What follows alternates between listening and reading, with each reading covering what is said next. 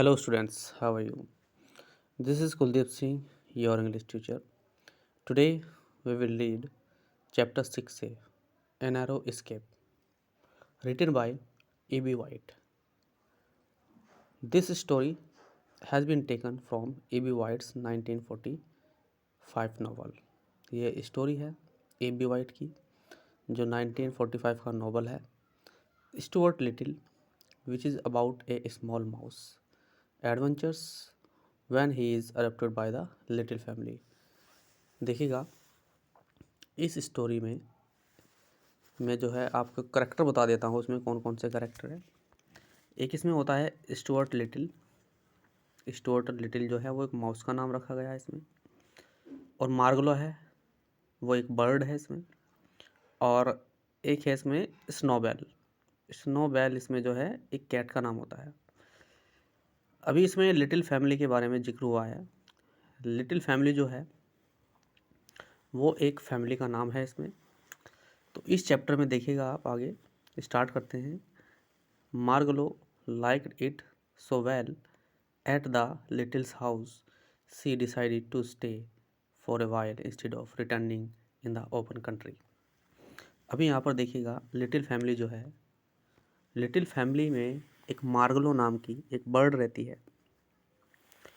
तो उसका वहाँ पर बहुत मन लग गया था। उसने डिसाइड कर लिया था कि वो बाहर खुले में ना रह करके एक लिटिल फैमिली के हाउस में रहे।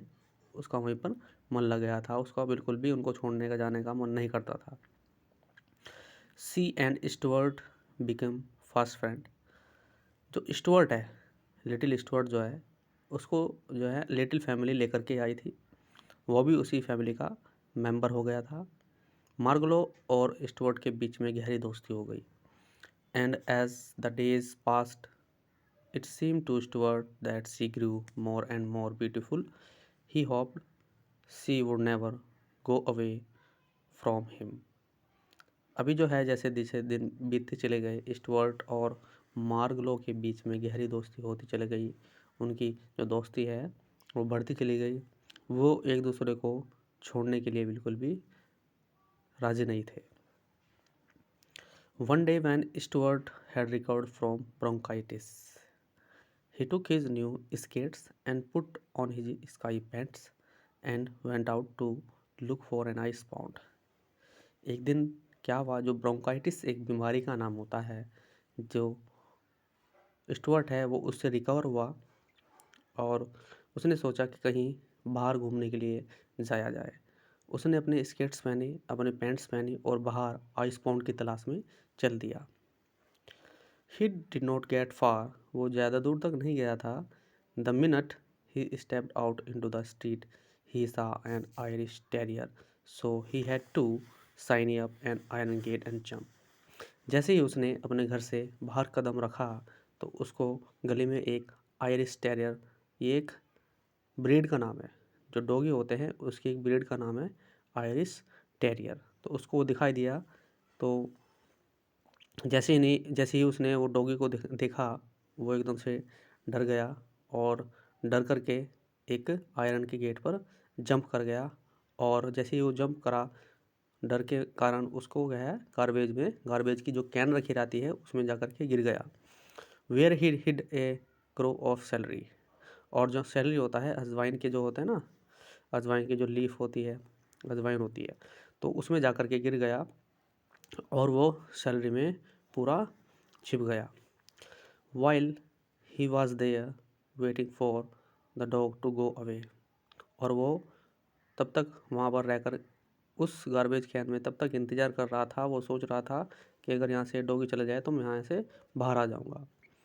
A garbage truck from the Department of Sanitation drove up to the curb and two men picked up the can. Stuart felt himself being hoisted high in the air. He peered over the side and saw that in another instant he and everything in the can would be dumped into the big truck.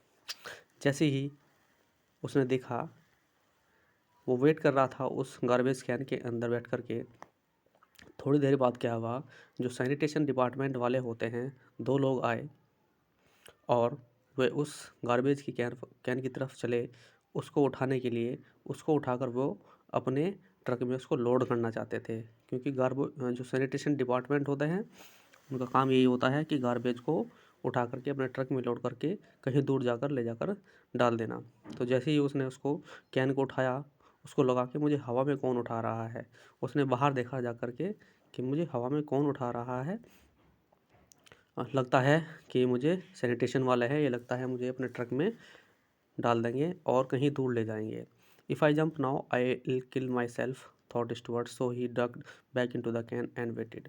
और जैसे ही उसने सोचा कि अगर मैं यहाँ से कूदूँ तो मैं खुद को अपने आप को मार लूँगा, और अगर मैं इसमें ही रहूँ तो भी, तो अब कोई फ़ायदा ही नहीं है यहाँ से बच के जाने का, अब तो मुझे यही इंतज़ार करना पड़ेगा। Next, the man through the can with a loud bump into the truck, where another man grabbed it, turned it upside down, and shook everything out. Stuart let it on his hand, whirled 2 feet deep in wet, slippery garbage. और जैसे ही वो garbage की can उन्होंने उठाई और जा कर के अपने ट्रक में दे कर के मारी, तो क्या हुआ, स्टुअर्ट जो था वो गार्बेज में पूरा का पूरा धंस गया। लगभग 2 फीट तक वो गार्बेज में हो गया। All around him was garbage, उसके चारों ही तरफ गार्बेज में हो गया था वो, चारों तरफ से, ऊपर भी नीचे भी, और उसको बड़ी गंदी बदबू वहाँ से आ रही थी। Smelling strong under him over him all four sides of him garbage, just an enormous world of garbage and trash and smell.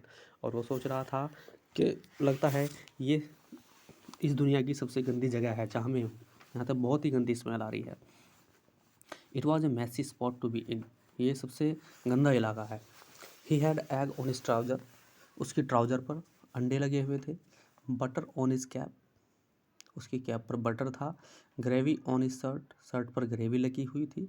Orange pulp in his ear, और उसके कानों में ऑरेंज के जो छिलके हैं वो लगे हुए थे। And banana peel wrapped around his waist, और उसकी कमर पर जो बनाना होते हैं उसके छिलके लिपटे हुए थे, वो पूरा गार्बेज में हुआ था। Still hanging on to his skates, Stuart tried to make his way up to the surface of the garbage, but the footing was bad. He climbed a pile of coffee grounds, but near the top, the grounds gave way under him and slid down the ended in a pool of leftover rice pudding. जैसे ही उसने उस garbage से निकलने की कोशिश की, निकल तो नहीं पाया वो, लेकिन चावल का जो बचे हुए चावल का जो मेटेरियल रहता है, जो वेस्टेज रहता है, उसमें जाकर के गिर गया। I bet I am going to be sick at my stomach before I get out of this sad spot, लगता है मेरा पेट भी ख़राब होने वाला है, मेरा पेट ख़राब हो जाएगा यहाँ आकर। He was anxious to work his way up to the top of the pile because he was afraid of being swept by the next can load of garbage. When at last he did succeed in getting to the surface, tired and smelly, he observed that the truck was not making any more collection but was rumbling rapidly along. Stuart glanced up at the sun. We are going east, he said to himself. I wonder what that means. वो बड़ा चिंतित था कि मैं यहाँ से कैसे बचूँ, और कैसे भी करके उसको इस बात की चिंता थी कि कहीं ये जो सैनिटेशन डिपार्टमेंट वाले हैं और गार्बेज की कैन ला करके मेरे ऊपर ना उड़ल दे, उसे इस बात की चिंता थी।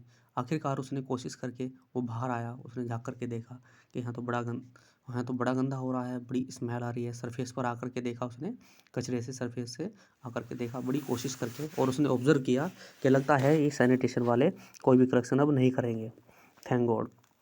But was rumbling rapidly along, और उस ट्रक की जो चारों दीवार थी, there was no way for him to get out the sides were too high, he had just to wait.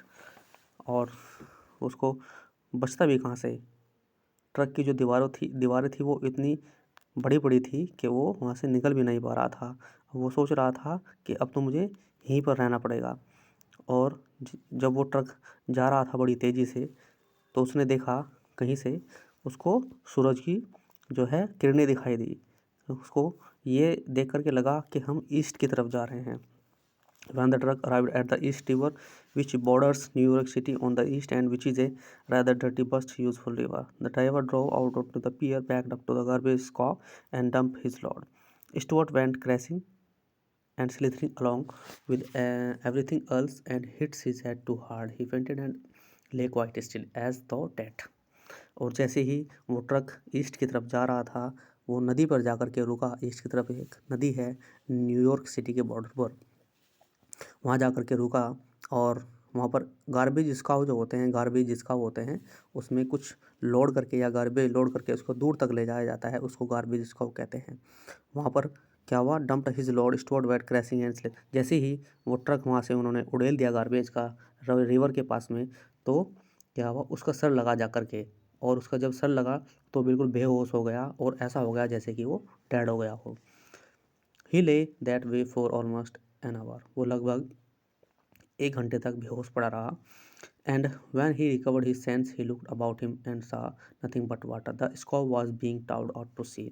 और जैसे ही उसने देखा, उसको 1 घंटे बाद होश आई, उसने देखा कि स्काउ में है, स्काउ में जब बैठा हुआ था तो समुद्र में जो होते हैं स्काउ, वो दूर तक के जो है ना अपने सामान को दूर तक ले जाते हैं। उसने देखा कि यहाँ तो पानी ही पानी है, इसके अलावा कुछ भी दिखाई नहीं दे रहा है।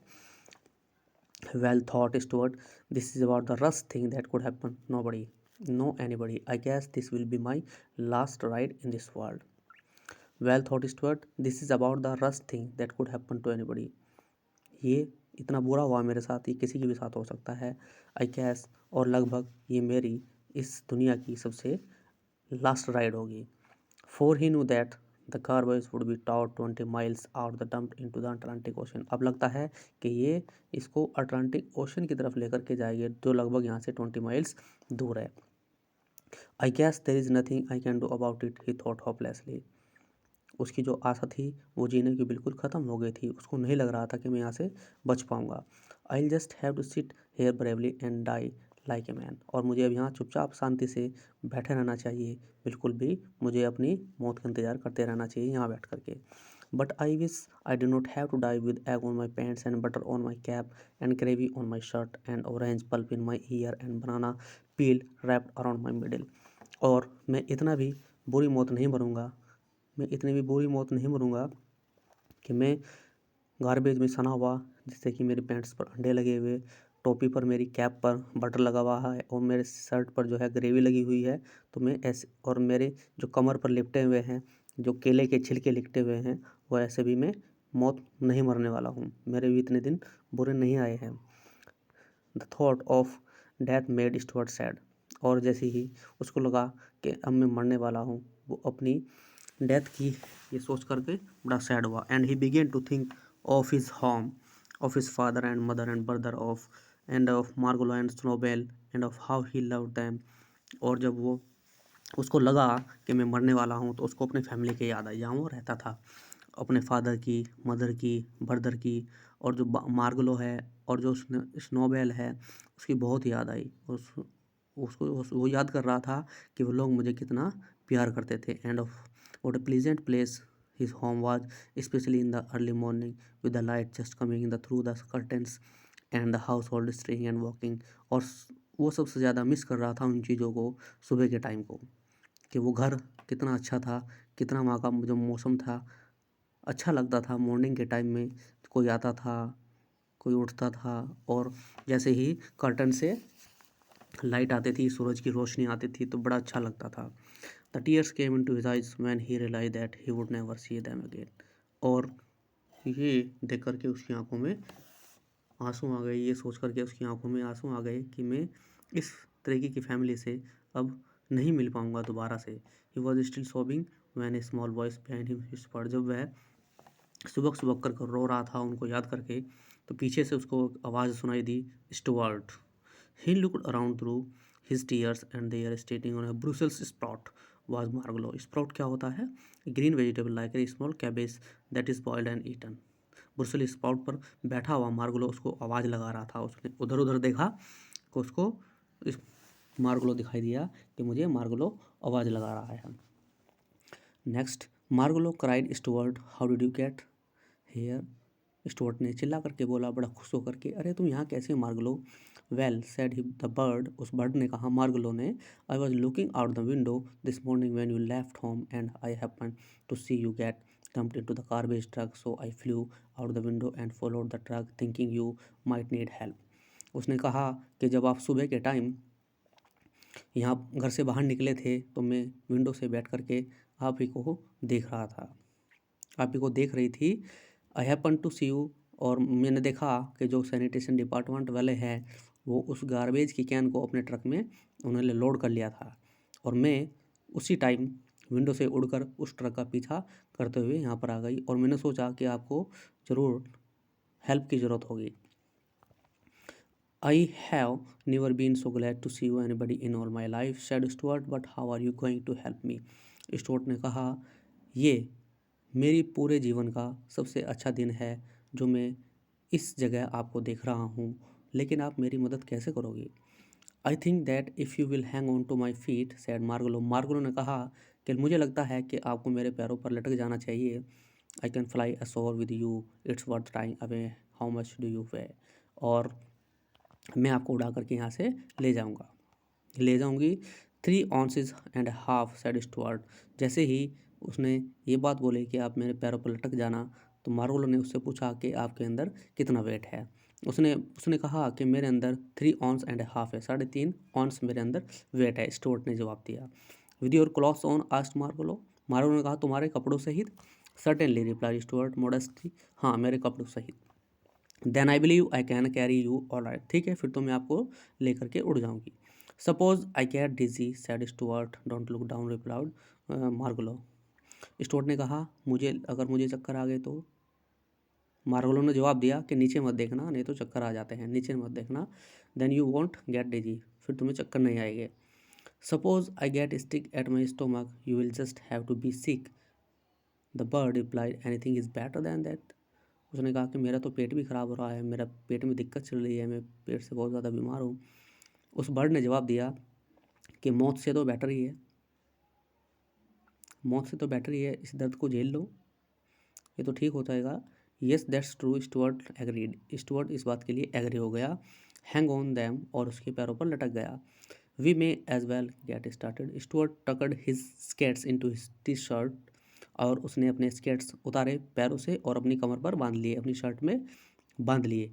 Stepped gingerly onto a fit of lettuce and took a firm grip on Margolo's ankles. Already he cried. और उसने कहा मार्गोलो ने कि ठीक है, तुमने मेरे पैर पकड़ लिए हैं, अब चलते हैं। तो जो मार्गोलो है उसको उड़ा करके बचा करके वहाँ से ले गया। ओके स्टूडेंट्स, ये स्टोरी थी इस चैप्टर की, और उसको दोबारा से देखिएगा और रीडिंग करिएगा। Thank you.